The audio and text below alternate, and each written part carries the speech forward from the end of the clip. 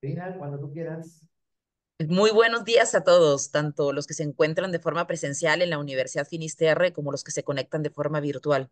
El Instituto de Bioética de la Facultad de Medicina de esta casa de estudio les da la más cordial bienvenida a nuestra clase magistral número 35, que en esta oportunidad se tratará el tema de biopolítica, un puente hacia el futuro de la bioética, y que estará a cargo del doctor Jorge Martínez. Le doy la palabra a nuestro director, doctor Manuel Santos, para que lo presente.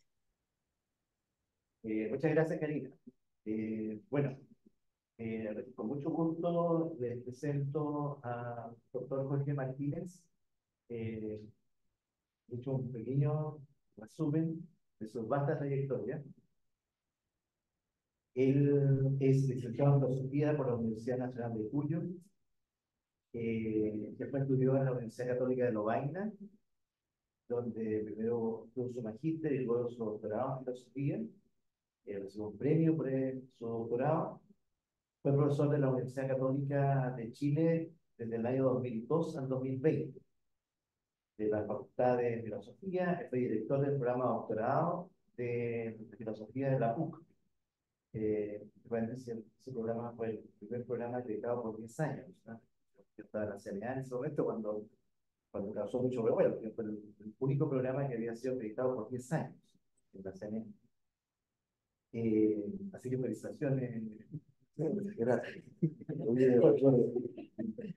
Eh, Él trabajó como profesor de tiempo completo en la Universidad Católica de San Pablo, en el equipo Perú, en la Universidad Italiana de la Facultad de Teología del Instituto RT, para el programa Máster Online en Diálogo Interreligioso. Es profesor, ex profesor titular de la Cátedra de Filosofía Política de la Facultad de Filosofía y Letras de la Universidad Nacional de Cuyo, ex profesor de tiempo completo de la Pontificia Universidad Católica de Sao Paulo, Brasil. Ha sido profesor visitante de varias universidades europeas y americanas. Actualmente es profesor de tiempo completo de la Universidad Gabriela Mistral y director de la carrera de licenciatura en filosofía. Es autor de 6 libros y más de 80 artículos especializados.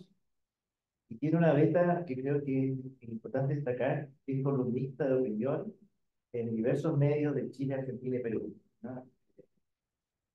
Eso yo creo que va a ser muy relevante.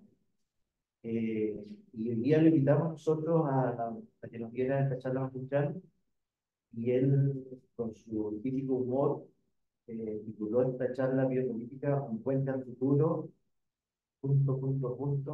de la bioética. ¿Ok? Eh, y por la ironía clásica de él, está haciendo un paralelo al libro clásico de la bioética. El libro clásico de la bioética lo escribió un biólogo, no Harry Potter, cuando es Harry Potter, le digo a los alumnos, no es Harry Potter, me llamo como yo, cuando es Harry Potter, ¿ah? Se llama Bioethics, A Bridge to the Future, bioética, un puente al futuro. ¿Okay? Así que muchas gracias, Jorge, por aceptar nuestra invitación. Bien, el agradecido soy yo, y recuerdo que no es la primera vez que estoy en esta sala, ya he estado antes un par de veces en otras ocasiones, así que esto es un locus amenus para mí. Así es que muchas gracias por la invitación. Lamento que me hayan recordado esos tiempos traumáticos de la acreditación del doctorado, pero bueno, en fin, ya habrá que vivir con eso hasta el último día, ¿no? Eso, en fin. Eh, Bien, lo que quería exponerles a ustedes es algunas reflexiones que están en un cierto estado de, digamos, de borrador, pero no por eso me parece que deberían dejar de ser tomadas en cuenta. O sea, el título que yo he elegido para esto es eso, ¿no? Tomando en cuenta el famoso libro del biólogo de la Universidad de Hogwarts, Harry Potter, ¿no? Este, eh, bueno, el título de esto no es muy original, ¿no? Porque evoca justamente ese libro de Van Rensselaer Potter, con el cual se dio inicio oficialmente a la bioética hace 52 años, ¿eh? Van Rensselaer Potter. Ahora, parece que no hay forma de obviar la mención a Potter cada vez que se habla de bioética, aunque parece que el mérito mayor de su famoso libro es el de haber acuñado el término. En cuanto al contenido mismo del texto, Es comprensible que no haya suscitado una avidez incontenible por leerlo. Algunos de los temas tratados allí por este biólogo especializado en oncología hablan de una cierta ingenuidad filosófica. Por ejemplo, el hecho de referirse a Teilhard de Chardin como un referente en biología evolutiva es, cuando menos, una audacia permisible en un ámbito de profunda ignorancia respecto de las terribles desventuras, desaciertos e imposturas del pensador jesuita. Pero en fin, del mortuis nil nisi bene, o sea, de los muertos solo se debe hablar bien, como piadosamente manda el proverbio latino. Agreguemos respecto de Van Rensselaer Potter que su libro no es estrictamente hablando un texto en donde se aborde lo que hoy llamamos bioética o ética médica. No hay allí una mención, por ejemplo, a los problemas suscitados por la intervención biomédica sobre la vida humana. El centro de las reflexiones tiene que ver esencialmente con las condiciones de posibilidad de la vida humana en un contexto de alta densidad tecnológica. Voy a saltar algunas partes que tenía para citar del libro de Potter, pero no era la brevedad. El puente que la bioética debe edificar, según Van Rensselaer Potter, es el que permite conectar las ciudadelas de las humanidades y la de las ciencias, cuando estas últimas ya alcanzan una configuración decididamente tecnológica. Sin embargo, lo que hoy parece haber monopolizado el concepto de bioética no es la idea original de Potter, sino otra propuesta en el mismo año de la aparición del libro de aquel, en el año 1971. En este sentido, el ginecólogo Andrés Hellegers funda en la Universidad de Georgetown el Joseph and Rose Kennedy Institute for the Study of the Human Reproduction and Bioethics, más tarde conocido como Kennedy Institute. Aquí, la diferencia esencial con el proyecto de Potter es que el foco está puesto en los dilemas morales suscitados por la intervención biomédica sobre el cuerpo humano, es decir, un proyecto más cercano a lo que hoy entendemos por bioética. Claro que el proyecto de Hellegers ya tenía un antecedente en otro instituto fundado en 1969 por el filósofo Daniel Callahan y el psiquiatra Willard Galey, instituto llamado Hastings Center, originalmente llamado Institute of Society, Ethics and the Life Sciences, ubicado a unos 24 kilómetros al norte de Nueva York, por si a alguno le interesa ir. Después les paso el dato de la interestatal eventualmente. La idea original del Hastings Center era la de proveer una normativa que regulara los experimentos que por aquellos días se realizaban sin ninguna salvaguardia ética. Basta mencionar el infame ejemplo del experimento de Tuskegee, llevado a cabo entre 1932 y 1972, 40 años. Recordemos que se pretendía estudiar la evolución de la sífilis desde su aparición hasta la muerte en un grupo de 600 afroamericanos, que no sé si se les puede seguir llamando afroamericanos hoy en día porque las sensibilidades están muy a flor de piel, pero bueno, ustedes me entienden. En ese estudio no se hizo lugar a ninguna consideración moral, y aun cuando ya se sabía que la penicilina era un tratamiento eficaz, se decidió no administrarla al grupo testigo para ver qué pasaba al final de la enfermedad. Como quiera que sea, la inspiración epistémica de la bioética, tal como la entendían Andrés Hellegers y los investigadores del Hastings Center, terminó imponiéndose sobre la modalidad prevista por Potter, aunque a este último le cabe el mérito de haber consolidado el nombre de bioética. Muy rápidamente menciono que la nomenclatura bioética parece que se usó por primera vez en el año 1926 por un teólogo alemán que se llamaba Fritz Jarr, teólogo que sostenía muy kantianamente la necesidad de poner en obra un imperativo bioético, decía Jarr. Un imperativo bioético que fuera tan categórico como el de sus compatriotas del siglo XVIII. El imperativo decía así, dice: después de todo esto, surge como un principio guía para nuestras acciones el imperativo bioético, que dice así: respeta a todos los seres vivos básicamente como un fin en sí mismos y trátalos de ser posible como tales. Eso es lo que decía Fritz Jarr en el año 1926. Ahora le empleaba ahí el término bioética. Bueno, en este somero pantallazo histórico no se puede dejar de mencionar la obra de Edmund Pellegrino, quien junto a David Thomasma focalizaron en su libro de 1996, que se llamaba Christian Virtues in Medical Practice, su interés en la ética cristiana de las virtudes y en la compleja relación médico-paciente. Y también debe ir en especial mención a la obra de Tom Beecham y James Childress, autores del famoso texto Principles of Biomedical Ethics de 1979, que inicia la era del principialismo, a pesar de las numerosas críticas recibidas respecto de la solidez epistémica de esta versión de la bioética. Dejemos de lado por el momento la obra de los biomoralistas italianos y españoles, que también, en un trabajo más exhaustivo, son de referencia obligada. O sea, ¿cómo olvidar el famoso manual de bioética del padre Screccia, ¿no? Bueno, y en este recorrido histórico de la bioética tampoco puede quedar ausente la tarea de la Iglesia, especialmente el magisterio de Pío XII. Con sus discursos radiales, por ejemplo, o los recogidos en un volumen publicado en 1959, dirigido a los médicos, asume una muy clara posición en temas que ya emergían públicamente como la sexualidad, la procreación, la responsabilidad profesional en el aborto, la inseminación artificial, la eugenesia, la eutanasia, etc. Bueno, hay otras versiones de la bioética cuya importancia e influencia resulta verdaderamente difícil de explicar, como no sea recurriendo a cierta atracción humana inmemorial por las insensateces, locuras y desvaríos de todo tipo. Un divertido ejemplo de esto es el del autodefinido teólogo ortodoxo tejano Tristram Engelhardt, cuyas teorías son verdaderamente desopilantes. Por favor, no digan que yo he dicho esto porque yo lo voy a negar de plano.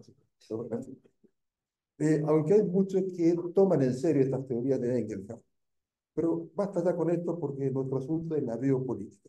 Entonces se impone ahora algo de historia biopolítica, que la biopolítica tampoco es un concepto novedoso.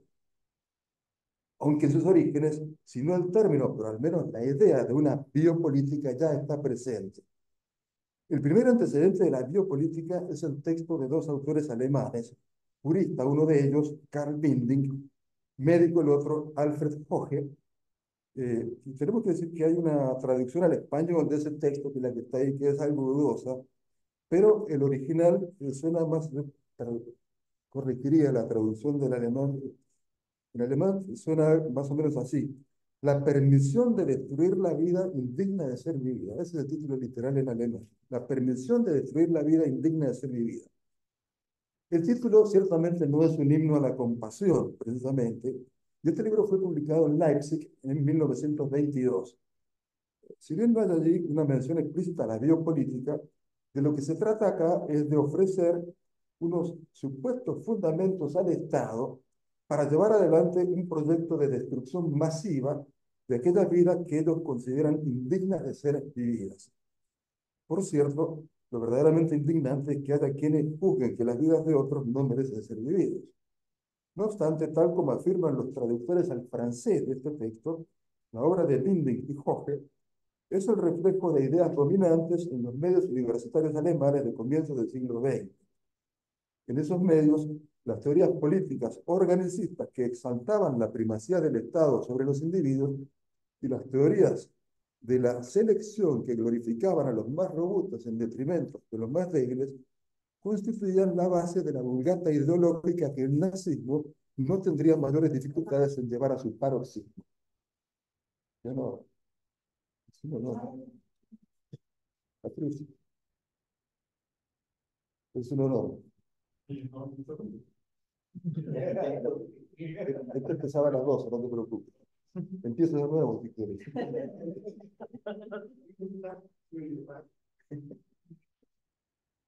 Bueno, estaba con Bildung y Hoch.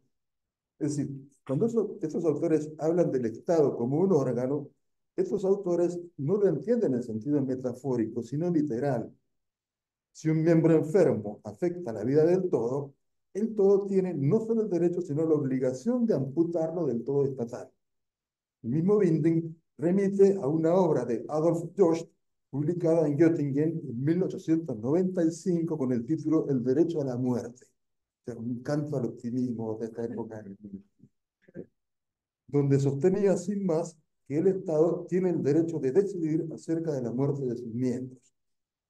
Es cierto que autores como Malthus y Darwin, por ejemplo, al desarrollar sus ideas sobre la selección natural y artificial, abrían el camino a conceptos cargados de violencia como el de vida sin valor, imagen invertida del hombre, caparazón humana vacía o incluso existencia lastre.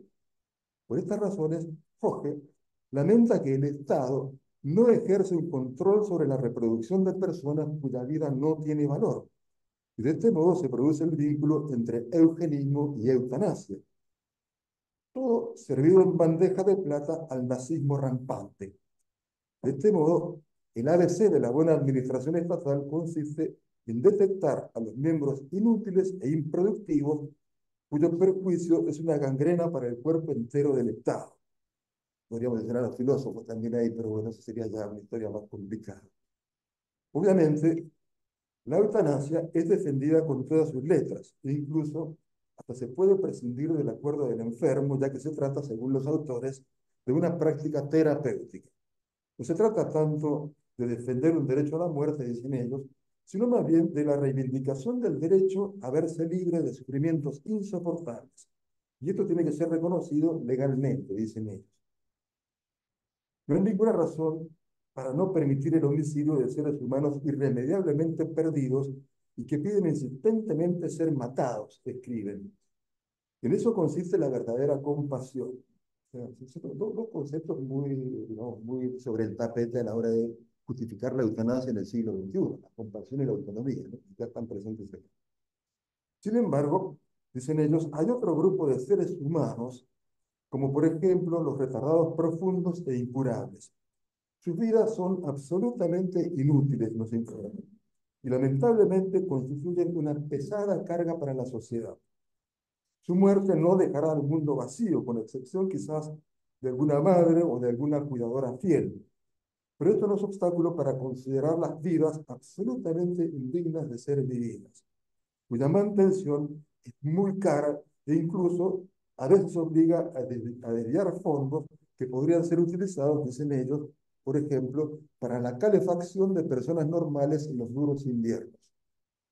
En fin, concluyamos con el testimonio del médico Hoppe, que responde médicamente a la pregunta jurídica planteada por Binding. La pregunta es la siguiente: ¿existen vidas humanas que hayan perdido su cualidad de bien jurídico hasta tal punto que su prolongación ha perdido definitivamente todo valor para los mismos afectados y para la sociedad? A esta pregunta, dice Jorge, es preciso responder en general afirmativamente y con determinación. Abundan los ejemplos que van en ese sentido. Otro hito de la relativa importancia en la aparición de la biopolítica es la obra del autor franco-argentino Jacques de Mayeur, titulada Fundamentos de Biopolítica, publicada en Buenos Aires en 1968.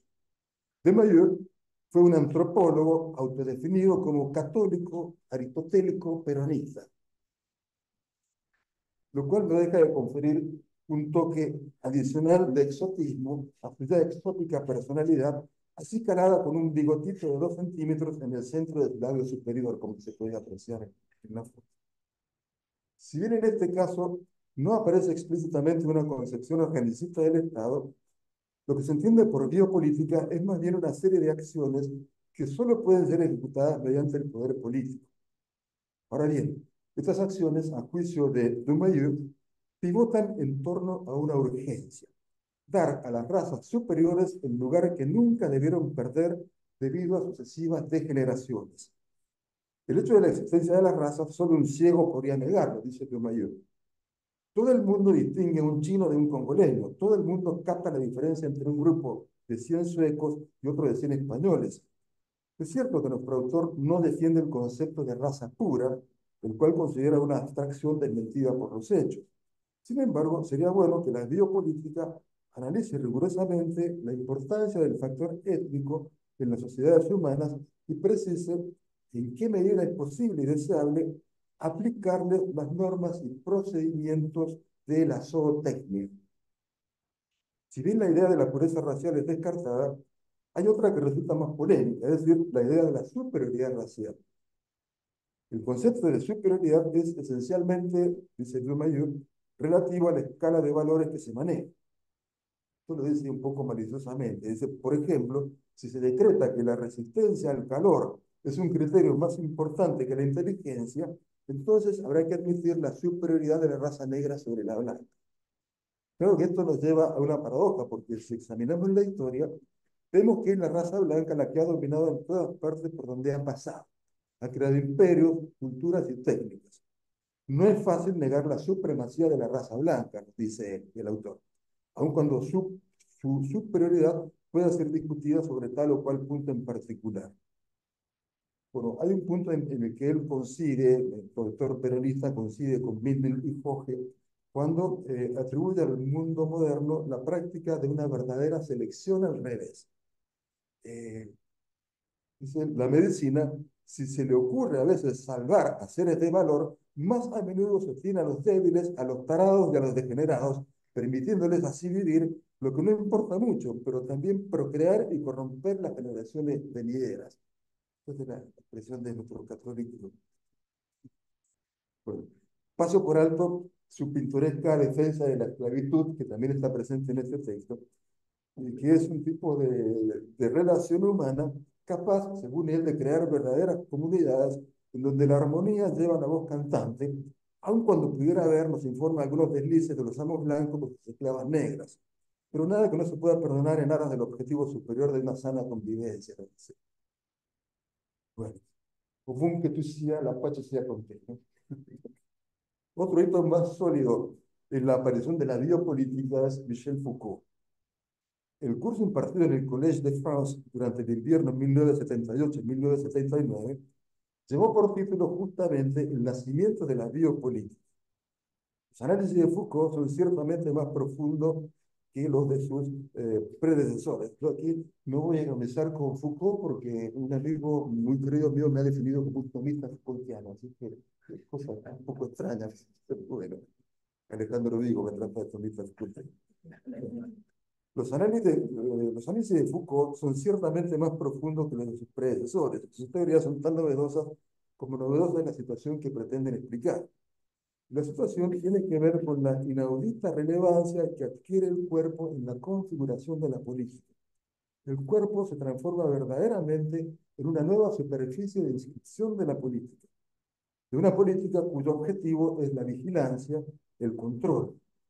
Vivimos en sociedades panópticas, dice Foucault, donde la visibilidad y la identificación del ciudadano es esencial, son esenciales.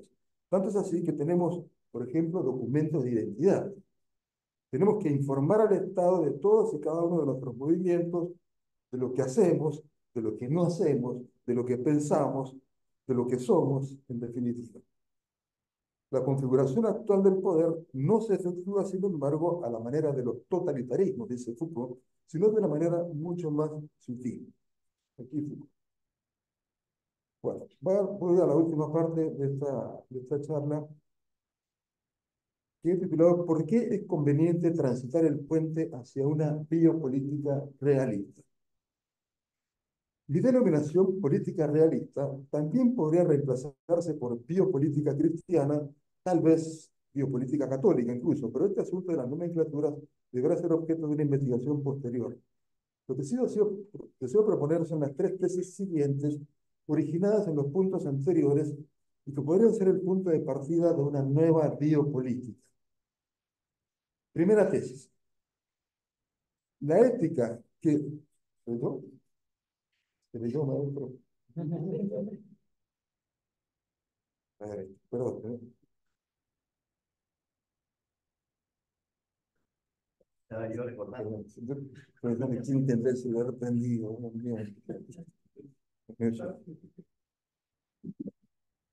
Bueno, en fin. La primera tesis. La ética que subyace a las versiones de la bioética que he descrito muy someramente es una ética post-maquiavélica. Ética post-maquiavélica. Con esto quiere decir que se asume incluso la ética, de alguna manera, de Edmund Pellegrini. ¿En qué sentido? Ahora lo explico.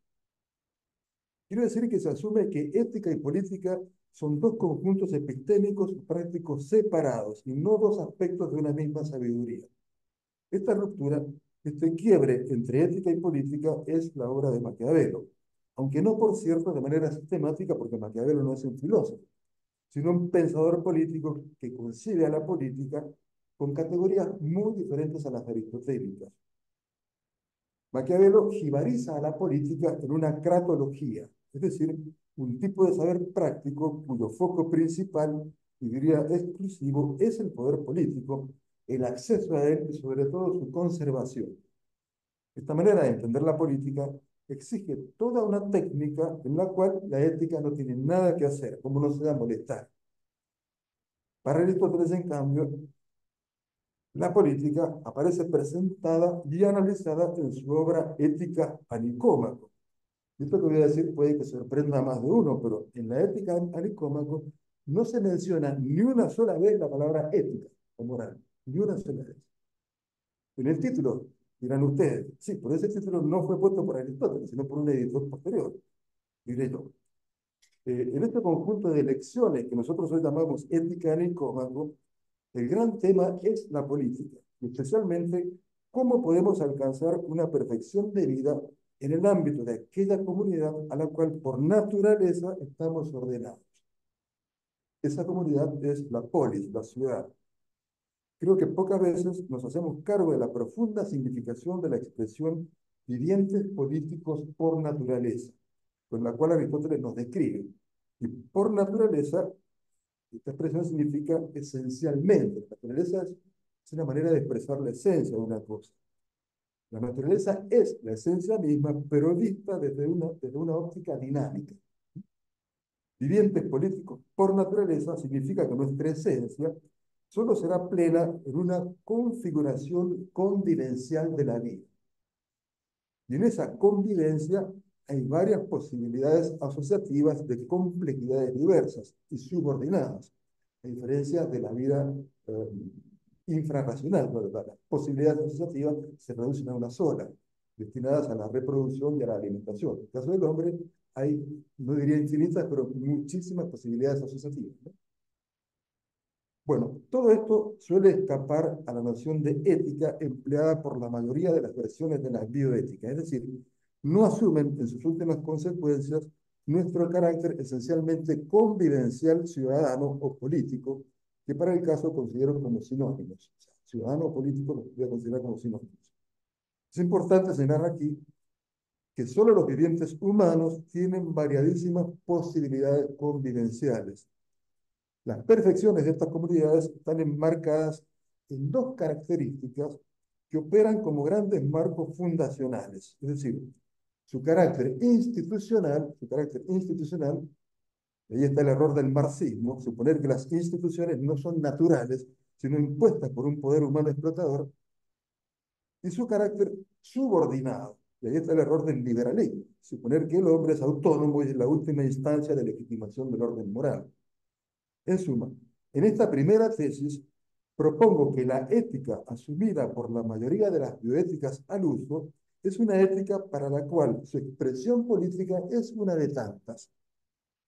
Lo que sugiero, por el contrario, en la línea de Aristóteles y probablemente Santo Tomás de Aquino, es una ética que asuma su dimensión política como la instancia última de plenitud. Estoy enfatizando la necesidad de transitar el puente hacia la politicidad de la ética y no el de la moralidad de la política. Si buscamos moralizar la política, estamos asumiendo un error de base. O sea que ética y política son cosas distintas. De lo que se trata, en cambio, es de proponer una politización de la ética, no una moralización de la política. Esto parece un juego de palabras, pero no lo es tanto. Segunda tesis. Derivado de lo anterior, ya que ética y política en el modelo post-maquiavélico se asumen como dos realidades con sus propios dinamismos que no necesariamente tienen que conseguir, nos encontramos con biopolítica cuya aberración no es necesario subrayar. Acabamos de ver unos ejemplos. El modelo post-maquiavélico, y ya es hora de decirlo, desemboca en una filosofía del Estado. De hecho, Maquiavelo es el primero en emplear el término Estado en la acepción institucional con la cual lo conocemos hoy en día. Las reflexiones de Maquiavelo desembocan en una filosofía del Estado como una institución cuyo cometido ético le es ajeno. para funcionar apropiadamente, el Estado no necesita de otra ética como no sea la llamada raison d'État, la razón de Estado. Una apelación no concebida por Maquiavelo, pero que expresa con admirable poder de síntesis la lógica interna que ha de guiar las acciones del Estado. Estoy caricaturizando, lo sé, pero la ventaja de las caricaturas es que al exagerar los rasgos del retratado, permite apreciar mejor sus rasgos más ocultos. Y no se podría exagerar sin una base real. Ciertamente no todos los estados son iguales, obviamente, pero si hay algo que los une es la inspiración maquiavélica de apartarse de un ideal de pedagogía ética. La misión del Estado no es hacer buenos a los ciudadanos, escribía Kant, cuyo interés por la plenitud moral de los hombres no podría ser puesto en duda. Pero Kant evidentemente suscribe a ese ideal de Maquiavelo en contra de Aristóteles. El grado de infamia de las biopolíticas post-maquiavélicas no es el mismo según hablemos del Tercer Reich, de la Unión Soviética o de la Quinta República Francesa, iniciada por De Gaulle, naturalmente. Pero es evidente que ni Hitler, ni Stalin, ni De Gaulle suscribirían las palabras de Pío XII en su primera encíclica, cuando dice Pío XII, en primer lugar, cito Pío XII, en primer lugar es cosa averiguada que la fuente primaria y más profunda de los males que hoy afligen a la sociedad moderna brota de la negación del rechazo de una norma universal de rectitud moral, tanto en la vida privada de los individuos como en la vida política y en las mutuas relaciones internacionales. La misma ley natural queda sepultada bajo la detracción y el olvido. Ahí Pío XII. En esta segunda tesis he querido señalar que si bien la biopolítica es algo ya pensado, al tener como marco conceptual la ruptura entre ética y política, ella, la biopolítica, queda abierta a aberraciones morales cuya máxima expresión han sido los totalitarismos del siglo XX, ahora licuados en las sociedades de vigilancia mencionadas por Foucault. Tercera y última tesis, ya nos vamos acercando al final. Bueno, una vez concluida toda esta pars destruens de estos argumentos, llega el momento de la pars construens, la bendita pregunta, bueno, ¿y usted qué propone? Bueno, ¿qué necesitamos ahora? Me parece que lo que necesitamos es lo que el filósofo italiano Roberto Esposito, discípulo de Foucault, llama una biopolítica positiva, aunque sin darnos mayores detalles acerca de sus características.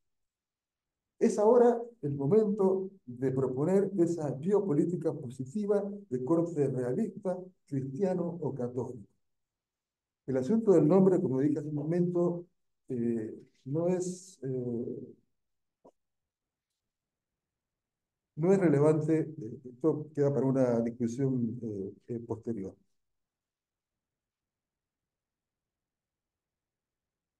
Siempre y cuando, por cierto, se asuman ciertos puntos de partida para su elaboración conceptual.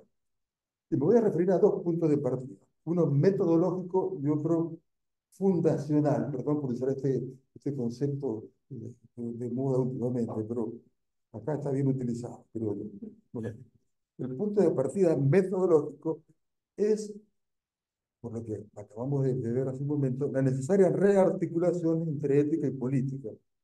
De ella dependerá el subsistema de la biopolítica. Para decirlo de otro modo, una reconfiguración del modo como entendemos habitualmente la política tendrá una influencia directa en la biopolítica positiva que estoy proponiendo.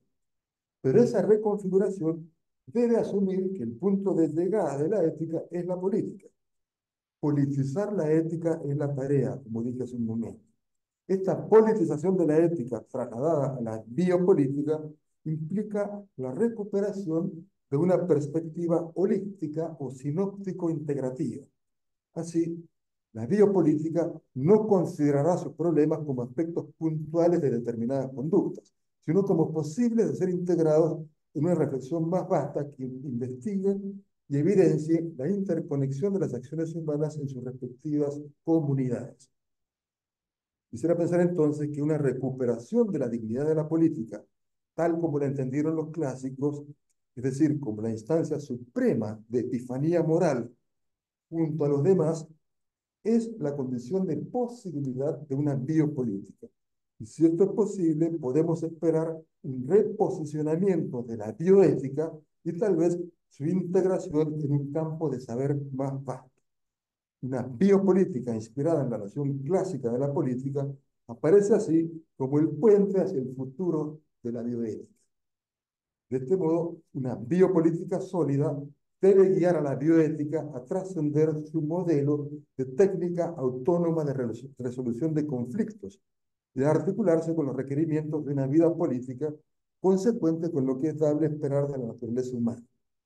Ciertamente, la biopolítica debe ocuparse de la dirección moral de los aspectos biológicos de la vida humana, desde su nacimiento hasta su muerte, pero consciente de que el reino de los fines biográficos no es un reino solitario en el que cada cual es único legislador y en donde manda la regla de los gustos personales que suele asumir el pomposo nombre de autonomía. Esta tarea biopolítica no fue desconocida por la antigüedad, como lo prueban los textos políticos platónicos y aristotélicos. Allí vemos, por ejemplo, un minucioso tratamiento de asuntos tales como la reproducción humana, la educación física, el vigor del cuerpo, la alimentación, etcétera, pero siempre con el marco más amplio de su articulación con la comunidad de la cual somos parte. Un ejemplo en ese sentido, un buen ejemplo de pensamiento biopolítico lo tenemos en las leyes de Platón, 842 de leyes de Platón, que tienen un par de páginas biopolíticas. No olvidemos que en la lengua de los romanos, que son probablemente el pueblo más político que haya existido, la palabra vivir, con permiso de profesor Antonio, se dice inter homines esse, o sea, ser entre los hombres, y morir se dice inter homines esse desinere, o sea, dejar de ser entre los hombres. Vivir y morir siempre están relacionados con un ser con los demás. Bueno, por pensar en ejemplos, tuvimos el tema del aborto biopolíticamente considerado. Una biopolítica coherente no puede dejar de ver que lo referido a este asunto no se agota en el acto preciso de abortar, sino que debe pensarse con el marco de todo lo que lo rodea. Por ejemplo, el acto sexual mismo, la estabilidad de la institución matrimonial, la educación, la estructura de la escuela y aún de la universidad. En este caso del aborto, biopolíticamente considerado, si nuestro punto de partida es la naturaleza convivencial del viviente humano, debemos hacernos cargo de lo que Hannah Arendt llama la categoría más importante de la filosofía política, a saber, la natalidad. La natalidad. La construcción de una comunidad humana sin la cual literalmente no podemos vivir, requiere de la constante llegada de nuevos integrantes. Un orden político, en tanto es un orden, exige la permanente presencia de la novedad, porque cosas iguales no pueden constituir un orden. Y esa presencia de la novedad solo puede darse con la llegada de nuevos integrantes al mundo. Cualquier manipulación de la natalidad es una manipulación del orden político.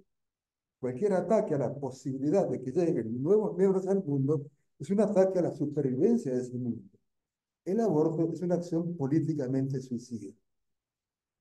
Con esto último me he estado refiriendo al punto de partida fundacional de una biopolítica positiva, realista, cristiana o católica, que comienza así en el momento de la concepción, que siendo el más personal de todos los momentos de nuestras vidas, no es sin embargo un momento solitario porque intervienen por lo menos tres, pero la biopolítica que propongo tiene su inicio visible en la llegada al mundo de cada niño. Por eso me parece oportuno finalizar recordando en este tiempo la frase biopolítica más importante que se ha pronunciado desde la creación del mundo. Un niño ha nacido. ¿Verdad? Muchas gracias por su atención.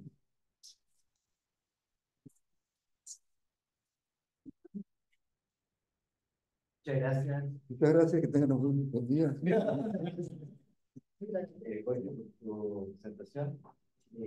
Abrimos ahora entonces para un diálogo con el profesor. ¿Alguien? Primero, el gusto de ver.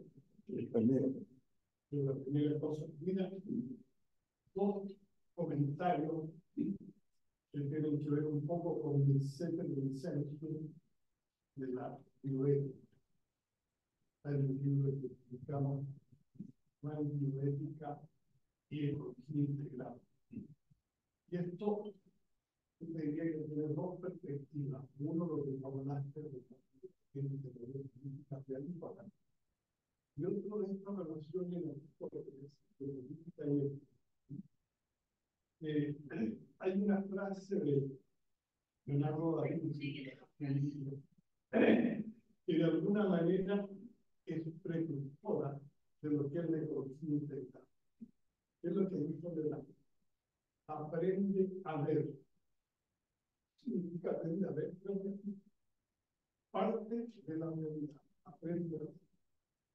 Y segundo, date cuenta de que todo está relacionado con todo. Entonces, yo creo que esa perspectiva que es tan contraria al pensamiento de un académico que separa las cosas, tiende a cortar las relaciones que existen en la realidad, en la vida, en la política. Y esto creo que es clave.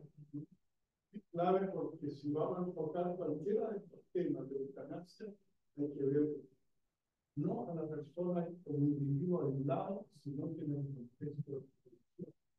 Y para entender estos grandes problemas bioéticos, sin abordar la realidad de las personas esencialmente relacionadas, ¿cierto? No se entiende, ahí hay un amplio horizonte. La segunda cosa que habría que le he dado vuelta después, pensaría como evolución, el tema en Aristóteles, la ética y la política. Tuviste razones muy importantes, ¿no es cierto?, de esta íntima relación, todo está relacionado. Yo abordé un tema, fíjate, que no es lo único. Yo me dije, Aristóteles parte del centro diciendo que todo aquello que buscamos la felicidad. Pero la felicidad no se obtiene allá. Yo creo que ahí entra la comunidad política. Y si hablamos de la comunidad política en sentido amplio, podemos ver la familia, las instituciones intermedias y la política general. O sea, nosotros no vamos hacia el camino de la felicidad como individuos solos. Entonces, cuando se toman los discapacitados a los que están al final de la vida, ¿eh? Yo tengo 86 años, soy mayor que 80 años. Tengo el doble que... bueno, yo creo que en esa época es tan importante el tema de la internalización. Entonces, el tema, ¿qué hay un tema? El tema de la ciudad, el tema de el tema de que esta gente que ya dice la vida no vale, ¿por qué? Porque no se toma la realidad de sus relaciones y tiene valor. Esos comentarios te agradezco por tu excelente conferencia, si alguien porque lo veía y a la parte que podría tratar de hacer. Muchas gracias, Patricio. Bueno, sí, realmente un gusto volver a verte y lo que es verdaderamente un honor. No, yo no puedo solamente subrayar esto que estás diciendo, señalar un poco lo paradójico que pueda parecer que nosotros consideramos el valor de la persona, ¿verdad? O sea, pareciera ser que esta es nuestra categoría política la más importante de todas, pero al mismo tiempo no dejamos de ver que en la sustancialidad de esa persona hay una relacionalidad, un delicado equilibrio entre una cosa y otra, ¿no? La sustancia individual, etcétera, la vieja definición de Boecio, y su carácter de relacionalidad. Es una sustancia que no puede llegar a su plenitud si no es en el ámbito de una relación con los demás. Tampoco quisiera caer en la exageración de disolver la substancialidad de la persona en lo relacional, porque no se trata de eso. Se trata de un equilibrio muy delicado que más de una vez se ha perdido, lamentablemente, pero siempre hay que volver a esa necesidad del equilibrio. Lo relativo a bueno, esta relacionalidad también de alguna manera conecta con este tema de la eutanasia, porque yo recuerdo alguna vez hemos tenido que quebrar lanza frente a un par de liberales en algún lugar, tuve yo, una discusión que tuvimos, sí, Claro. Y bueno, el caballito de batalla de quienes defienden estas prácticas, como dije hace un momento, es la compasión y la autonomía, ¿no? Pero en realidad, si uno, bueno, tú lo sabes mejor que yo, pero eh, hay estudios donde se analizan las razones, los motivos que tienen las personas que piden la eutanasia. Y en la mayor parte de los estudios, el motivo número uno no es el sufrimiento insoportable, sino el sentirse solos, el ser una carga para la familia, en fin, una gran serie de padecimientos de orden psicológico incluso, pero en muy pocos casos el sufrimiento físico insoportable. Eh, y, bueno, sí, sobre eso no me voy a extender porque ya, me parece que hay muchos dichos. ¿No? Eh, y en cuanto a las relaciones entre ética y política, tal como las plantea Aristóteles, uno a veces, yo personalmente tengo la impresión que Aristóteles, bueno, como filósofo que es, le cuesta admitir que incluso el ideal de la contemplación es un ideal que se puede alcanzar solitariamente, pero es mejor si se lo hace en compañía de los amigos. Y eso lo dice él un poco con pesar, ¿no? Es la, la deformación profesional del filósofo, es la soledad. Y uno lo entiende, porque la experiencia de la contemplación es una experiencia muy personal, muy subjetiva. Pero eso no implica que no se pueda dar la contemplación en compañía de los amigos, que es la manera más agradable de ejercerla, ¿no? Y ahí está la verdadera felicidad. O sea que incluso en este fin de la vida, en la felicidad por la bienaventuranza, también un término más técnico, la majaría, bueno, eh, es algo que se alcanza mejor en compañía de los demás. En eso tienes toda la razón, Patricia. Qué bien. Muchas gracias, profesor. Muy bueno volver a verlo. Tengo una pregunta que era una provocación. Lo bueno es que yo soy brasileño, de Argentina y estamos en Chile.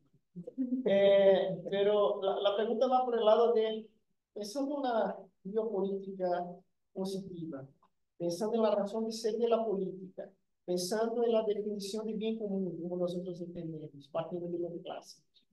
¿Cómo pensar una biopolítica eh, orientada obviamente a la bioética en regímenes gobernados por sofistas? Gobernador, perdón. Por sofistas. Sofistas entendido por razón de ser como lo que estrenan el relativismo en la filosofía clásica. Tenemos ahí un gran desafío, ¿no? Sí, muchas gracias, Kenio. Y bueno, debo decir que en el fondo yo también me alegro de que tú me veas de nuevo. Pero bueno, es un gusto verte, Kenio, realmente. Pero claro, acabas de poner un tema que es un tema de reflexión muy importante para la biopolítica, que es biopolítica y bien común, por ejemplo. Es un tema sobre el que se debería trabajar. ¿Cómo va a estar ausente el bien común en la formulación de una biopolítica realista, una biopolítica como la que pretendo proponer aquí? Y en este sentido se requiere una tarea de despeje de la sofística del bien común, ¿no? Y entenderlo en su verdadera perspectiva, empezando por el bien común de la verdad, que es un bien común que como que afecta a una naturaleza que es esencialmente confidencial, tiene que ser una verdad común. No es la verdad de este que se impone, o de este sector que se impone sobre la de este otro sector, que es la manera sofística de presentar las discusiones sobre temas que son bioéticamente significativos del aborto. Usted es católico, no le gusta el aborto, no aborte. Yo no soy católico, así que a mí no me ven usted como sergas religiosas porque a mí me da igual. A mí el Estado me tiene que garantizar que yo puedo hacer lo que me da la gana. Claro, ahí la discusión va mal encarada, porque no se trata de imponer la posición de alguien sobre la posición de otro, no es eso. En este sentido, Alfonso Gómez Lobo tiene una posición muy clara, ¿no? No se trata de imponer nada a nadie, sino de descubrir juntos la verdad, descubrirla juntos. No es la verdad no es, digamos, propiedad de nadie, nadie es dueño de la verdad es dueña de nosotros en todo caso, pero decir que somos dueños de la verdad es un error garrafal, ¿no? Eh, no importa, de lo que se trata es de, digamos, purificar el ánimo para encarar una búsqueda sincera de la verdad, independientemente de nuestras propias convicciones. Es decir, muchas veces las verdades tienen el color de nuestras convicciones. Yo no digo que eso esté mal, yo tengo convicciones y no me parece que sean erradas, convicciones, pero estoy dispuesto a ponerlas a la intemperie y argumentar sobre eso. A ver si alguien me da un argumento mejor, encantado. Pero hasta ahora eso felizmente no va a pasar. Pero es el bien común de la verdad, de lo primero que precisó salvaguardar, ¿no? Y a partir de ahí se encadenarían los demás bienes comunes. Hay filósofos que han propuesto listas de bienes, pero ellos ponerlo como, digamos, una respuesta a un trabajo de John Phillips, la lista de bienes, en fin. Pero un excelente tema de reflexión biopolítica. Y sí, afuera de los sofistas, y los primeros sofistas sobre todo. Gracias. Gracias a ti, Kenny. Adelante, adelante. En línea con lo que planteaba Kenio, se me ocurrió lo siguiente, a ver si está de acuerdo. Claro, ¿cómo discutir con los sofistas este valor de el niño que está por nacer y no es querido, el moribundo, el enfermo, etcétera? Primero habría que poner en discusión el punto de partida, la premisa de muchos de ellos, que son vidas que no valen la pena ser vividas. Sería la primera pelea. ¿Y cómo hacerlo? Bueno, primero está la discusión más normal, que es, son seres humanos, son personas, son dignos. Por ello ya vale la pena todo el esfuerzo. Pero además de esa pelea que no la estamos dando con mucho éxito, lo segundo que se podría hacer, y que también serviría para darles un sentido a esas vidas, es reconocer cuál es su aporte al bien común. ¿Cuál es el aporte al bien común de este niño que está por nacer y que tiene un proyecto de pobreza, de delincuencia, etcétera? O el aporte al bien común de la persona enferma, o la del discapacitado, o la del anciano, o incluso el moribundo. Porque aún desde su pasividad es posible vislumbrar algún aporte que pueda hacer al bien común desde el momento en que son la oportunidad para un acto de heroísmo del prójimo, pero para poder hacer visible ese aporte al bien común, hay que dar una pelea metafísica, y es que esta gente supere su materialismo y se abra a los bienes inmateriales, porque si no, no hay manera. ¿Qué piensa esto? Muchas gracias, Tomás. Sí, sí, sí, es la discusión eterna, ¿no? Ahora, en este sentido, probablemente uno ya tenga perdidas todas las discusiones de antemano, porque, pero bueno, lo que se nos pide en todo caso, a los que defendemos este tipo de cosas, no es ganar la discusión, sino dar testimonio. No se nos pide un acto, digamos, de esa naturaleza, ¿no? Dar testimonio. Bueno, si uno expone las razones y no son aceptadas, ¿qué le vamos a hacer? ¿No? Yo cumplí hasta donde pude, ya más no puedo, ¿qué le voy a hacer? ¿No? Eh, y en esto uno constata que los argumentos, entre comillas, pseudo-argumentos que se plantean a veces, bueno, exponen su ridiculez de una manera innoble, de una manera eh, indefendible, por otra parte. Pero, sin embargo, tiene el favor de las mayorías, ¿no? Vuelvo a lo que dije hace un momento. No se nos pide ganar todas las discusiones, pero sí se nos pide no dejar de dar testimonio, no dejar de dar testimonio. Pues la providencia verá qué hace con eso, ¿no? En cuanto, me parece muy relevante esta cuestión también del aporte al bien común de estas vidas indignas de ser vividas. Esto me recuerda un poco un pasaje de Santo Tomás, cuando él comenta el libro segundo de la física de Aristóteles. Bueno, es decir, los comentarios de Santo Tomás de Aristóteles no son todos los fieles que uno querría que fueran, pero bueno, en fin, son un aporte de todas maneras. Cuando Aristóteles define la naturaleza, eh, Santo Tomás Aristóteles dice que la naturaleza es la razón de cierto arte divino inserto en las cosas, por el cual las cosas se mueven hacia sus fines. Pero en el caso en que esas cosas no alcancen su plenitud, y eso en el caso de un niño con parálisis cerebral, por ejemplo, o estas deformidades que espantan a quien tiene un enfoque, claro, lo que hay en ese niño con parálisis cerebral es la razón de cierto arte divino que ha querido que esto exista. Yo no soy quien para que Dios me explique a mí por qué puso a este niño a morir. Soy quien para decir eso. Eso formará parte de un plan de la providencia cuyos designios yo no tengo por qué conocer.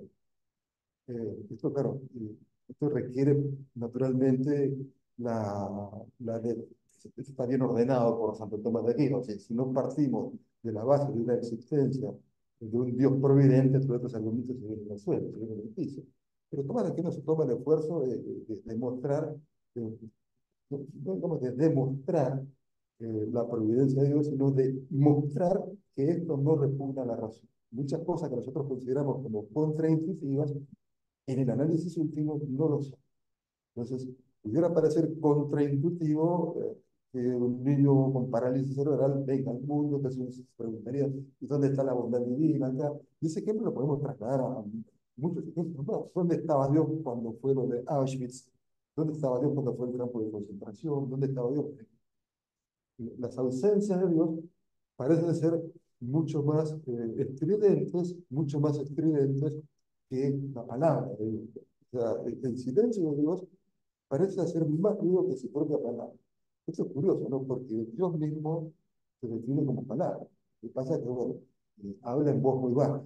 Entonces, yo creo que lo hace a propósito, para que nos acerquemos más a ver qué nos está diciendo.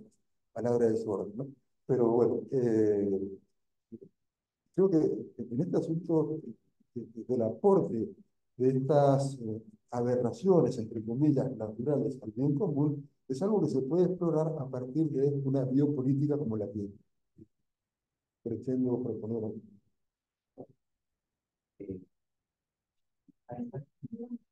No, a propósito de lo que comentaba la doctora Entera, respecto del ser humano, ¿cómo lo vemos en relación con otros? Y yo me pregunto a propósito de eso y de la condición humana y de lo que planteaba el doc, ¿cómo se ve esta biopolítica en cuanto a esta relación del ser humano, esta necesidad del ser humano de relacionarse con otros asociado a la trascendencia? Porque en el fondo, en la medida que yo me relaciono con otros pares a mí, hay una trascendencia que es más horizontal, pero claro, en la medida que me relaciono con Dios, tengo una trascendencia que es más vertical, es una relación más vertical. Y yo me pregunto, desde el punto de vista del bien común y desde el punto de vista de la biopolítica, ¿cómo asume esa trascendencia? Porque el doctor también hablaba de lo que es la soledad y el aislamiento social, que son dos conceptos distintos en este periodo, en la vejez. Yo les pregunto mucho, porque por un lado tenemos el fenómeno del aislamiento social, que es el yo no tener contacto con otros durante un periodo de tiempo, a propósito de la fundación de la realidad, durante un periodo de una semana yo no me contacto con otros, con más de una o dos personas, pero la soledad es este sentimiento subjetivo de que yo puedo estar con otros, pero me siento sola. Entonces, cuando yo empiezo a hacer estudios cuantitativos y cualitativos, sobre todo los cualitativos, me encuentro, por ejemplo, con estudios con personas pacientes de cáncer o pacientes oncológicos de cáncer que está estudiado, y uno se da cuenta que en esas personas, aquellos que tienen, por ejemplo, una relación con Dios, no tienen sentimientos de soledad, porque ahí hay una compañía mística.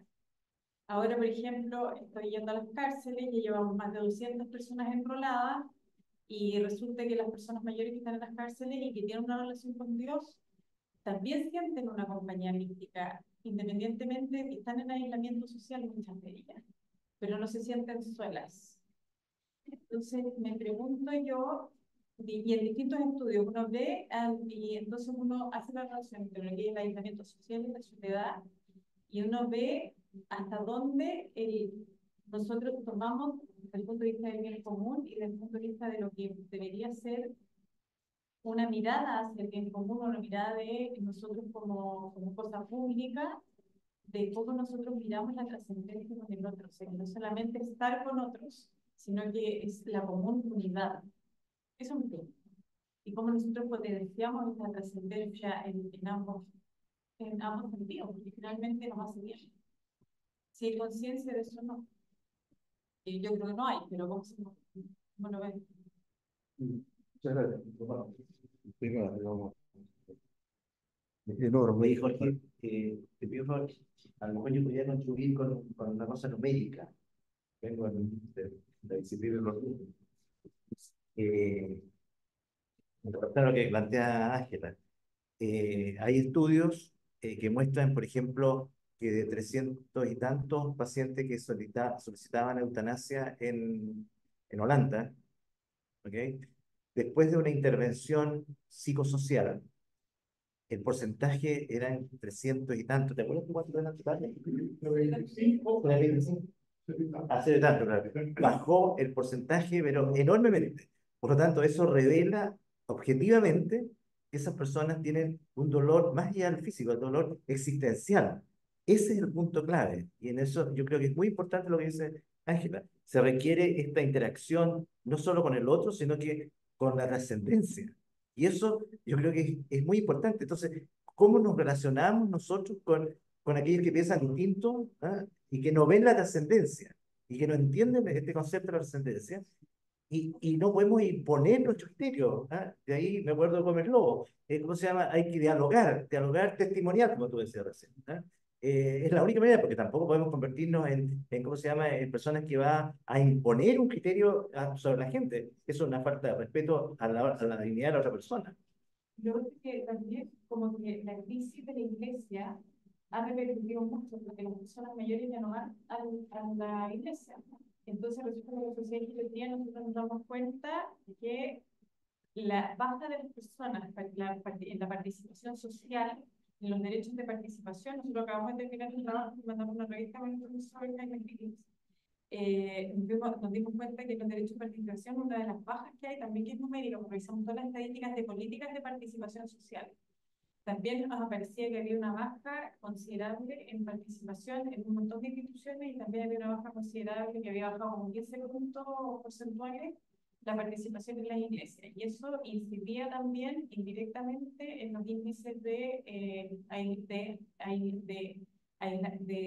aislamiento social. ¿Por qué? Porque ahí se generan vínculos significativos. Entonces, curiosamente, están los geriatras pidiendo a la gente que vuelva a la iglesia, porque ahí tienen más vínculos, o sea, hay un índice que afecta a la salud. Entonces, claro, es como uno se pregunta qué relación pudiese haber, digamos, cómo se puede, cómo lo ve la Dios. Lo ves. Muchas gracias. De alguna manera, o sea, uno aborda este problema desde el exterior y debería, bueno, esto es una consecuencia de nuestra manera actual de convivir en sociedades panópticas, como diría Foucault, pero que al mismo tiempo promueven un anonimato. O sea, estamos hiperidentificados por el Estado, por quien sea, pero al mismo tiempo vivimos una vida anónima, solitaria. Es una ecuación bien compleja de comprender, que no se daba esto en la antigüedad, o tal vez en la Edad Media. Pero la aparición de la figura del Estado implica la reconfiguración de nuestra convivencia. El Estado es la figura jurídica de la manera que tenemos de convivir contemporáneamente. Y están esas dos características que explican un poco esa sensación de sentirse en el desierto. Pero al mismo tiempo, el Estado sabe perfectamente cuál es mi grupo sanguíneo, mi huella dactilar, sabe todo de mí. Lo que no sabe es cuánto yo estoy sufriendo. Eh, pero de todas maneras, eh, esto ratifica esta concepción finalística que uno ya ve en Aristóteles. Bueno, antes de comentar eso, quería decir que me parece esencial este punto de la trascendencia. Y si uno tuviera que hacer un trabajo más sistemático respecto de esto de la biopolítica, bueno, yo personalmente me daría con cuidado de no pasar demasiado rápidamente al plano de la teología, ¿no es cierto? Ahí yo me andaría con más cuidado, pero es evidente que la idea de una trascendencia no se puede negar, y eso está presente en Aristóteles incluso. La idea, una teoría de la finalidad, en la cual nada es un fin para sí mismo, contra Kant, nada es un fin para sí mismo, es una idea que es un suelo muy fértil para la teoría finalística cristiana posterior, ¿no? Y en ese sentido, también hay que decir, bueno, un poco enmarcando todo esto, eh, si vamos a pensar en un Dios, Este Dios de los cristianos tiene una característica que no tiene el Dios de Aristóteles, y que es un Dios ético. Es un Dios ético. El de Aristóteles no, el de Aristóteles le da exactamente lo mismo. Cómo nos comportamos, qué hacemos, qué dejamos de hacer. O sea, a Dios no le importa eso, porque él no tiene conocimiento del mundo. Dios es el que piensa Aristóteles. Que no es el Dios de la teología popular griega, que es otra cosa, o los dioses, mejor dicho, de la teología popular griega.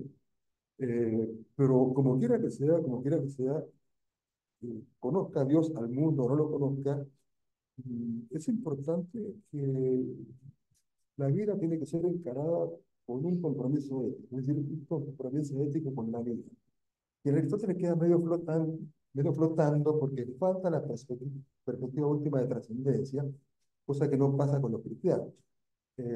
Ahora, ¿a dónde voy con esto? Es que esa idea de la trascendencia está presente ya en Aristóteles en su propia teoría de la finalidad, y es la que manda respecto de la manera en que tenemos que organizar nuestra propia existencia individual, que no es una existencia cerrada sobre sí misma, no es una existencia clausurada, digamos, encapsulada sobre sí, sino una existencia siempre abierta a lo otro que uno mismo. De hecho, no olviden ustedes que la virtud moral más importante para Aristóteles es la virtud que nos pone en contacto con nosotros, o sea, la virtud de la justicia. La virtud moral más importante es, ella brilla como el lucero de la mañana y el lucero de la tarde. Se permite decir Aristóteles aparentemente en una de sus lecciones, en la introducción de la categoría medio poética, un escrito que es muy árido, que es la Ética de Nicómaco, ¿no? Pero quiero decir, en Aristóteles está presente esa idea de que no vivimos para nosotros mismos, que no somos fines para nosotros mismos, que tenemos un fin, de acuerdo, en nosotros mismos, pero que no coincide con nosotros mismos. A eso ustedes quieren una especie como de quiebre finalístico en la ontología aristotélica. Pero es un quiebre sano, es un quiebre sano, que resulta perdido ya prácticamente en algunos pensadores de la modernidad. Pienso, yo no quiero levantar el dedo acusador sobre nadie, pero a mí me llama mucho la atención esa teoría kantiana de la definición de la persona, que la persona se dice tal porque es un fin para sí mismo. Ese postulado de la autofinalidad a mí me hace un poco de ruido, porque de alguna manera colisiona con esto de la trascendencia. Yo no digo que nuestro fin como personas sea absolutamente el de la trascendencia. Insisto con lo que le decía antes al doctor Ventura, ¿no? Que tiene que haber un equilibrio entre la plenitud personal y la relación con los demás. Tiene que haber una armonía en esa. Así que, bienvenido a esto de la trascendencia, que está espejada imperfectamente en Aristóteles y llevada, creo yo, a su perfección con Tomás de Aquino. Por la yo tengo una pregunta. Si la biopolítica estamos intentando de salvar un término no salvar, cuando Locke introduce que el cuerpo es propiedad privada, como ese concepto, y después también como Foucault, usted decía, el cuerpo se queda como superficie de la política, donde es objeto de la supervisión y control. Esta visión quizás de Descartes, de res extensa. Entonces, no sé, a mí me parece que estamos intentando rescatar un término que intrínsecamente está fundamentado en una visión objetivizante del cuerpo, que separa la persona de mi cuerpo. Y estoy muy de acuerdo con esto de la ética, es imperfección en la política, es la expresión. Pero la gran pregunta, ¿tenemos que rescatar biopolítica o podemos descartarlo como algo ya intrínsecamente fundamentado en principios opuestos a una filosofía realista? Yo iba a preguntar, básicamente lo mismo con un manejo de trabajo. Mi pregunta era a partir de eso, si retóricamente vale la pena para captar el concepto de biopolítica, porque al final, si yo entiendo bien, la tesis central es básicamente una rescate de la concepción clásica de la ética, que tenía, de la política, que tenía muy claro que aquellos que viven juntos son animales. Son animales que comen, que se reproducen, que se mueven y que se enferman. Y que solamente cuando comienza el delirio analítico abstractivo típicamente moderno de separar cosas, digamos, empieza a aparecer una especie de individuo abstracto aislado que puede ser considerado como viviendo en sociedad como si no no comiera, se enfermara y se muriera, y entonces eso queda más bien a la economía o a la... entonces la biopolítica surge en un contexto de, de denuncia en un momento en que esta concepción estrictamente biológica del animal humano se hace absolutamente urgente porque comienza a ser materia de control. Y entonces la base de eso, digamos, de esa biopolítica es extremadamente interesante porque denuncia hasta qué punto somos objeto de control por vía del cuerpo, pero su parte como está absolutamente pendiente. Entonces uno diría, quizá hay que recuperar, hay que tomar todos esos aportes de Agamben, que lo ven, que ven una crítica se plantea una crítica al Estado muy potente, pero en último término lo que se trata es reivindicar una noción muy clásica de la política, no es mucho más que esto.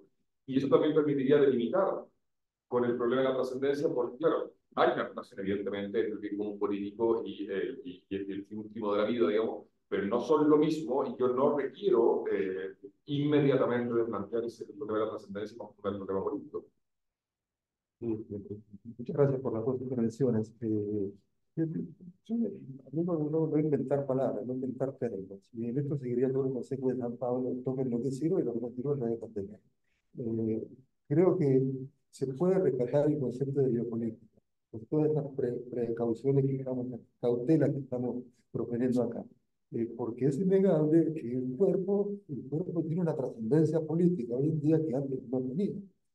Eso lo recuerdo un libro décimo de la ética nicómaca, un pasaje que a mí me llama mucho la atención, donde Aristóteles escribe: también el político se interesa por el cuerpo. También el político se interesa por el cuerpo. O sea que la corporalidad humana es algo que interesa a la política. Y tiene que interesar si es que consideramos el cuerpo como un reflejo de la inteligencia, como la forma sensible de la inteligencia que somos, de la inteligencia que tenemos, de algo que no es expresable en términos cuantitativos o en términos materiales, por así decirlo. Pero el cuerpo se integra a esta concepción de la inteligencia, o del alma. No me gusta mucho usar el término alma porque bueno, tiene buena prensa, quiero llamarlo inteligencia. Y el cuerpo es una expresión de la inteligencia.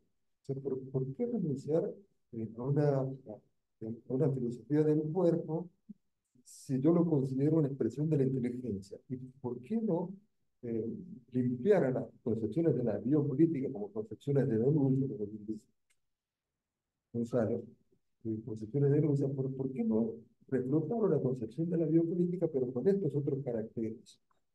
Es la forma de insertarse mejor en la discusión contemporánea. Si yo me invento otro término, no voy a llegar primero. Yo voy a seguir en la línea de la biopolítica, en la línea de Espósito, de Agamben, probablemente, pero limpiando un poco, y haciendo una tarea de poda de muchas cosas, porque hay muchas cosas valiosas del Espósito con Agamben, discípulos de Foucault, por otra parte, ¿no? Pero ¿por qué no encarar una biopolítica 3.0? Honesta, donde se integre justamente ética y política, donde se haga lugar al tema de la trascendencia, en fin, a la teoría del bien común? ¿Por qué no armar suena feo, pero quiero decir, pensar en una biopolítica que reúna todos estos caracteres para alejarla de esta instancia de la pura denuncia? ¿Por qué no?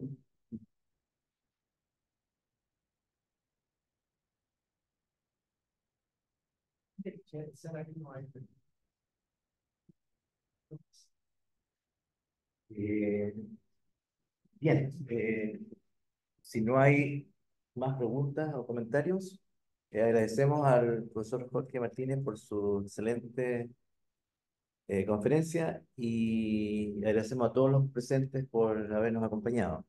Los quiero dejar invitados para el día viernes 12 de enero. En la mañana vamos a hacer un seminario internacional sobre ética e inteligencia artificial. ¿Cómo no hacerla? Todo el mundo habla de inteligencia artificial, ¿no? Es una lata, perdón, pero lo positivo, y por eso me pidió el rector que les dijera esto especialmente, es que invitamos a Monseñor Fernando Chomalí, gran amigo mío y nuestro, lo convencimos para que viniera a dar una conferencia. Él ha trabajado, él es ingeniero originalmente, entonces él tiene una visión especial sobre la ingeniería y la inteligencia artificial y los aspectos éticos. Así que están todos cordialmente invitados para el viernes 12 de enero en la mañana.